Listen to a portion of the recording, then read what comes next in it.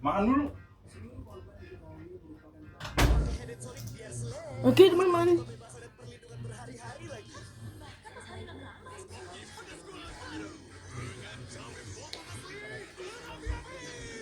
Dek, pencet lewati dek.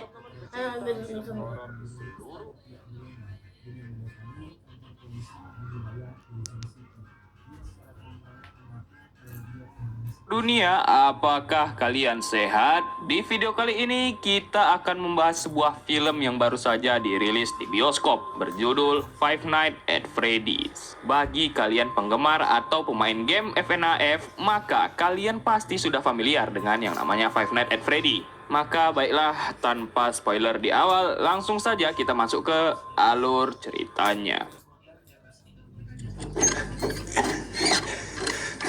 Kisah diawali dengan memperlihatkan seorang satpam penjaga malam tempat hiburan bermain anak-anak tahun 80-an. Satpam tersebut terlihat tengah mendapatkan teror dari entitas tak dikenal sehingga ia berusaha kabur dari tempat tersebut. Larilah ia menuju jalan keluar, namun sialnya pintu yang ada tiba-tiba terkunci. Saat terbangun, ia sudah berada di sebuah perangkap berbentuk boneka yang akan menyayat-nyayat mukanya.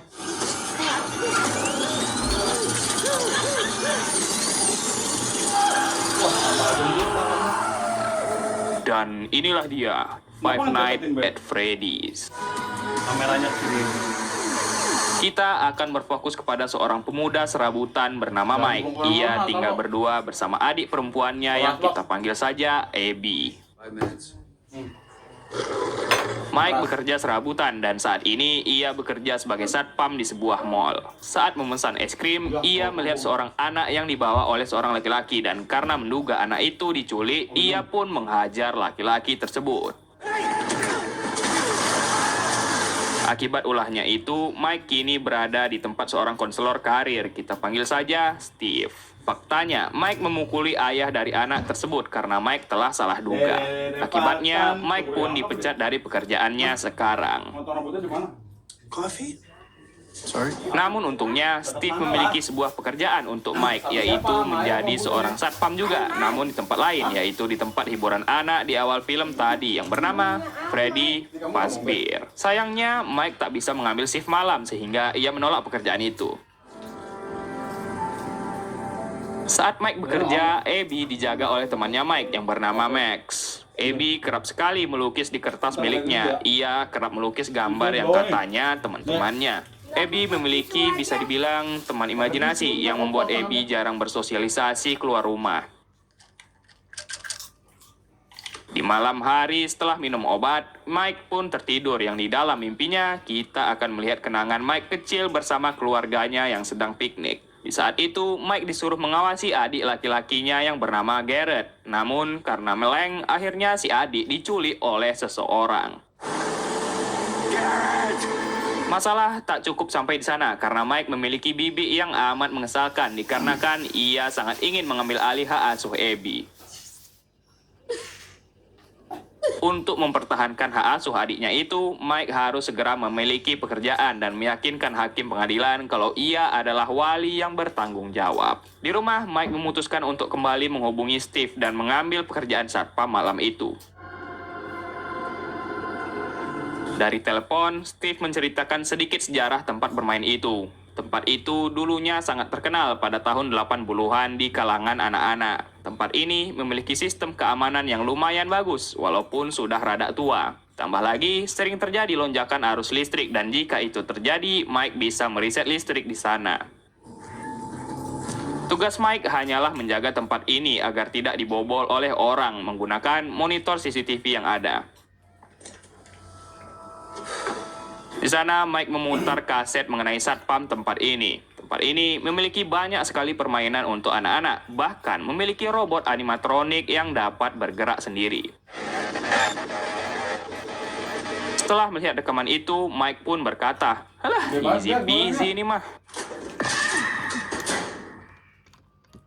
Mike pun menelusuri tempat ini. Di sana terdapat banyak sekali mainan. Di antaranya ada boneka, tempat makan, mesin dingdong, mesin penghapus dosa, dan lain-lain.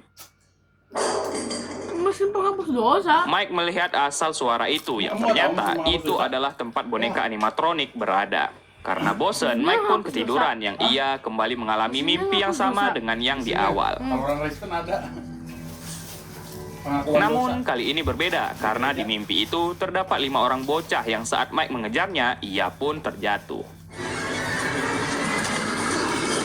Sesampainya di rumah, Mike pun berkata, menarik sekali ini. Setelah itu, kita kembali ke si Bibi yang ternyata Bibi ini telah menyewa Max untuk menjaga dan mendapatkan bukti kalau Mike telah menelantarkan Abby. Sayangnya, Max tak bisa mendapatkan bukti itu dan saat itu mereka memiliki ide untuk mengacak-acak tempat kerja Mike agar ia dipecat dan tak memiliki pekerjaan lagi. Namun sebelum itu, si Panjul meminta imbalan sebesar $1.000 kepada si Bibi.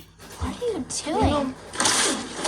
Saat ingin bekerja, Abby memaksa ingin ikut ke tempat kerja Mike, namun tidak boleh. Di malam itu, Mike pun bekerja. Boneka animatronik tidak berada lagi di tempatnya. Mike sendiri kembali mengalami mimpi tersebut. Kali ini, Mike berusaha berkomunikasi untuk meminta petunjuk kepada bocil itu. Siapa yang telah mencuri Garrett? Gua bawa beli, Bang. Berat enggak? Terbangun tempat itu sudah kacau sehingga Mike meriset tempat tersebut. Mike didatangi oleh seorang polwan bernama Vanessa. Anehnya, luka yang Mike alami di dalam mimpinya terbawa ke dunia nyata. Vanessa sendiri kerap berpatroli ke tempat ini karena juga ia sangat menyukai tempat ini saat masih kecil dulu. Vanessa Shelley. Vanessa menyarankan Mike untuk berhenti menjadi satpam di sini karena tempat ini sangatlah aneh, katanya.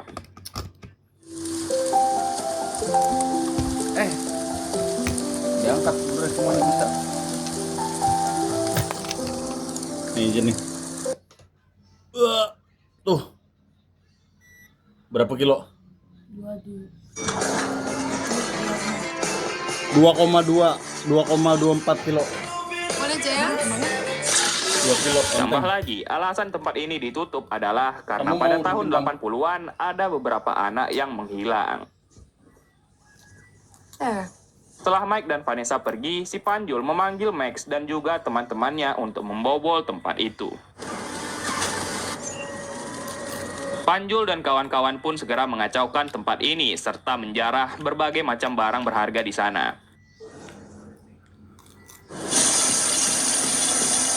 Si rambut mie penasaran dengan sesuatu yang ada di balik lemari makanan sehingga ia pun Siapa ini, membukanya. Ber? Oh, ada copot dah. Apaan itu, Ber? Apaan copot? Antena ya? Di bawah. Oh. Coba geser. Ya, ia pun akhirnya tewas dimakan Mana oleh sih? robot animatronik yang seperti Ada di dirasuki bawah. itu. Ada di bawah. Awas. Panjul Oh, segera kamu. menjemput si Brewo, Coba. namun si Brewo meninggal akibat ulah Bawa jengkok Bonnie. nggak ada? Kemana, Ber? Mentawat. Kok nggak ada, Ber? Itu doang. Melihat Bonnie, Panjul pun pergi melarikan diri dan mengunci dirinya di kamar CCTV. Di dalam itulah ia melihat Cika yang melepaskan robot kue ke ventilasi. Nih. Bukan ya?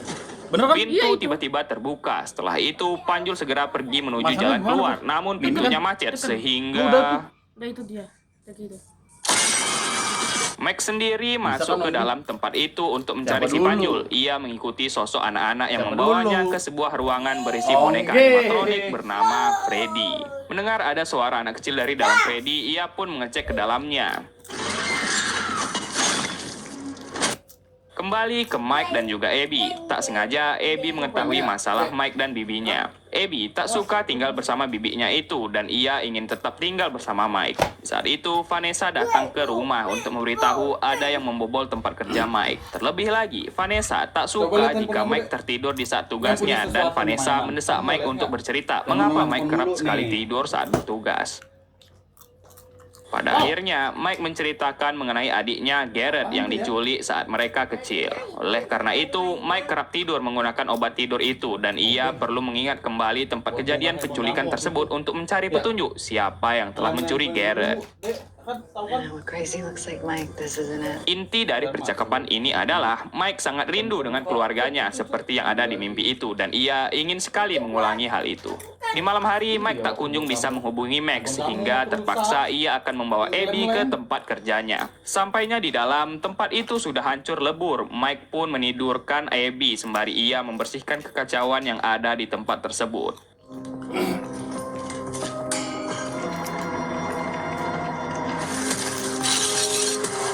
Selesai membersihkan, ia pun kembali tidur untuk mengunjungi mimpi itu kembali. Sementara Abby didatangi oleh boneka animatronik. Abby keluar melihat-lihat tempat tersebut dan ia akhirnya bertemu dengan Freddy yang udah bisa bergerak sendiri.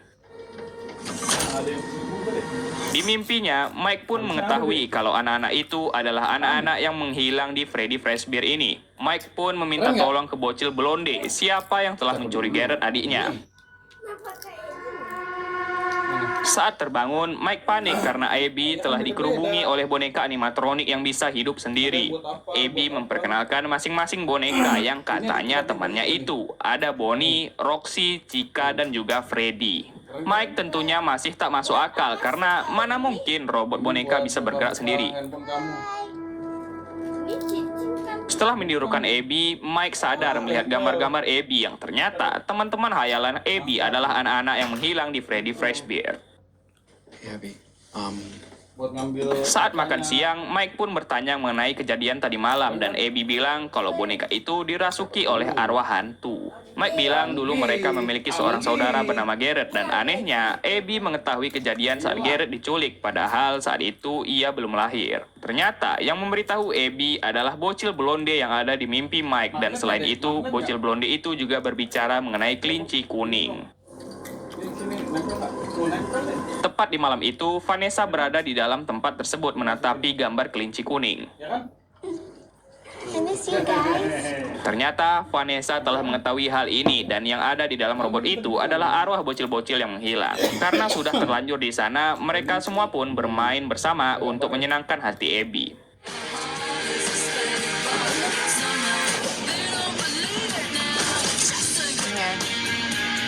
Me too. Saat ingin mengambil taplak meja, Mike ingin memegang robot yang ada di sana. Namun untungnya ada Vanessa yang melarangnya karena hal ini.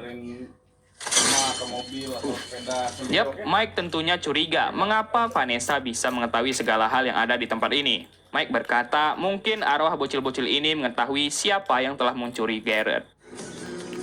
Talk to me. I'm trying, you're not.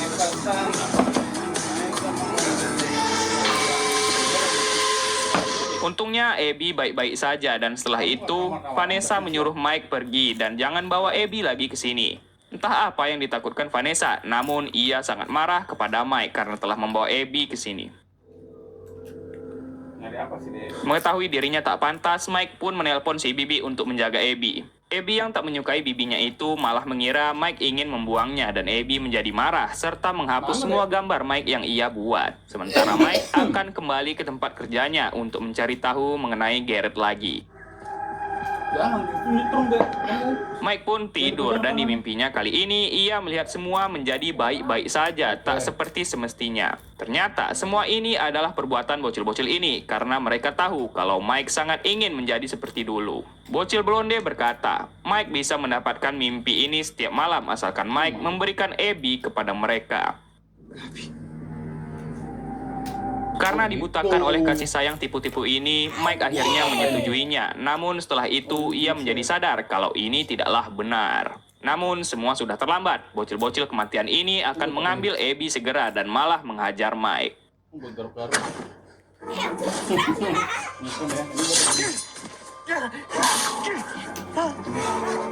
Saat terbangun, ia sudah berada di perangkap boneka. Namun untungnya, ia bisa lepas dengan melepaskan baut perangkap itu.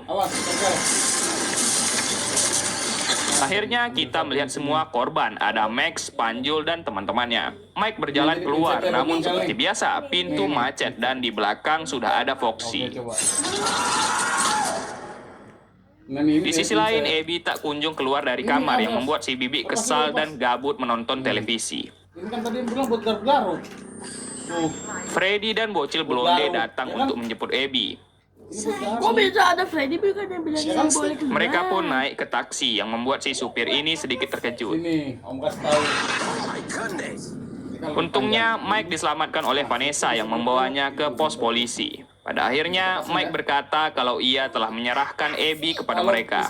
Vanessa pun berkata mereka ingin mengubah Abby menjadi boneka animatronik juga. Vanessa jujur kalau dahulu polisi telah mencari anak-anak yang hilang itu, namun tak kunjung menemukannya. Orang yang menculik mereka adalah orang yang cerdas karena menyembunyikan mayat anak-anak itu di dalam boneka animatronik. Faktanya, anak-anak itu tidak bersalah dan mereka hanya dipengaruhi oleh si penculik ini yang bernama William Afton, ayah Vanessa itu sendiri, dan identitasnya adalah kelinci kuning. Jadi, semua kejadian ini memiliki keterkaitan. Yang menculik Garrett adalah ayahnya Vanessa.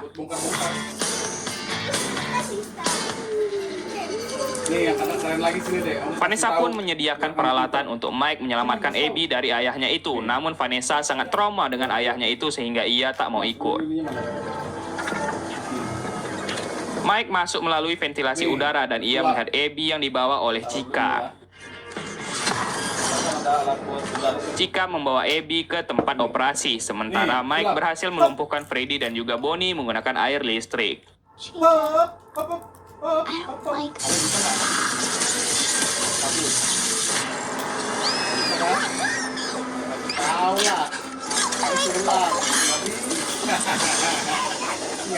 Untungnya Mike berhasil datang tepat waktu dan segera minta maaf ke adiknya itu serta pergi dari sini. Abby pergi sementara Mike berhasil melumpuhkan robot kue pie. Foxy mencari Abby yang bersembunyi. Abby bersembunyi di dalam tempat mandi bola.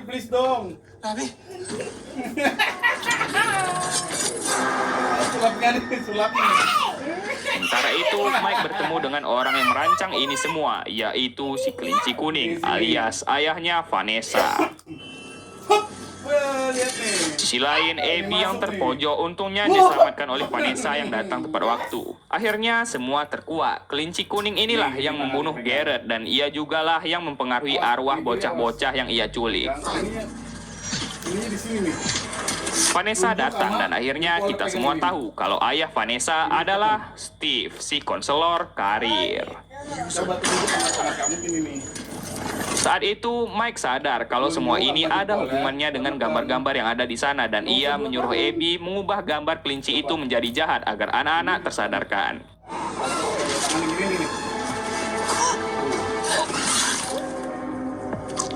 Yap, ia tega membunuh anaknya sendiri demi obsesi psikopatnya. Setelah itu, anak-anak pun tersadarkan kalau tuan yang selama ini mereka ikuti adalah orang jahat.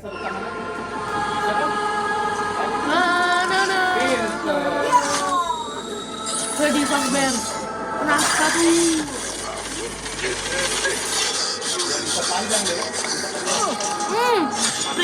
Steve pun tertusuk oleh pakaian robotnya sendiri dan ia akhirnya dibawa oleh Freddy dan kawan-kawan. Sementara Mike dan Abby berhasil membawa Vanessa keluar dari tempat yang sudah ingin hancur ini.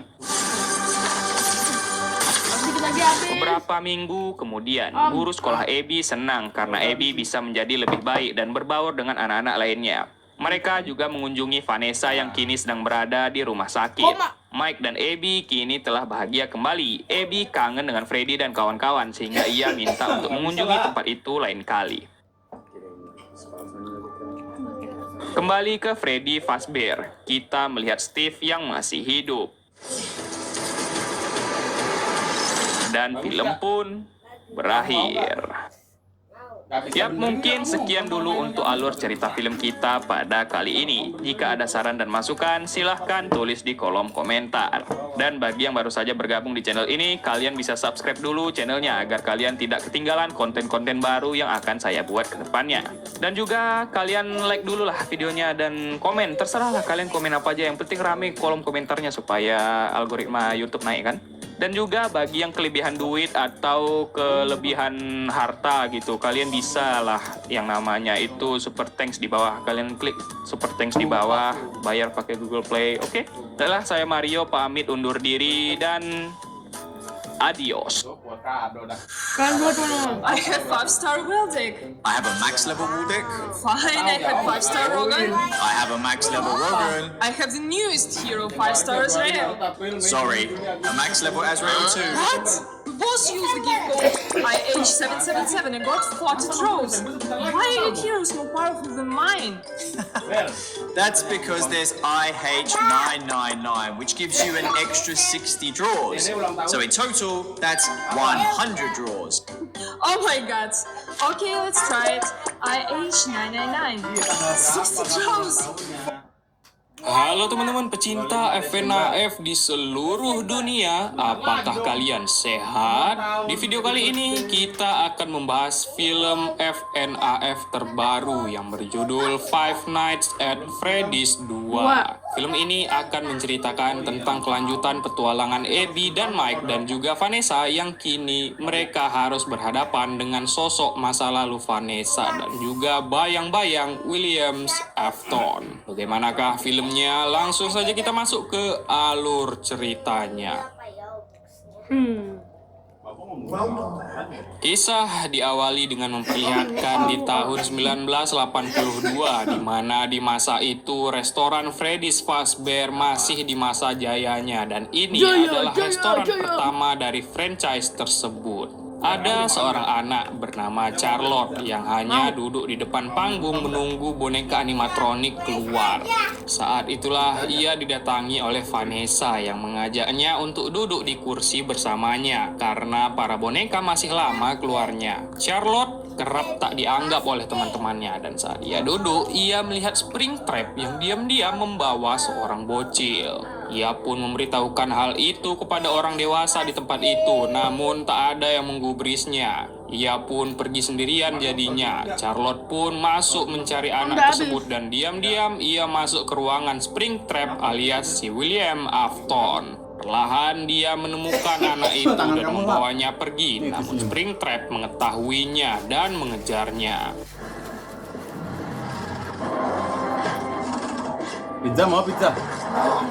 Tiba ia sudah di panggung menggendong anak itu. Charlotte pun teriak marah karena tak ada yang mendengarnya. Ia pun mendapatkan luka di tubuhnya dan lalu ia pun kois diangkat oleh boneka marionet. Berita pun cepat menyebar membuat restoran tersebut ditutup karena kejadian itu. Enak tuh.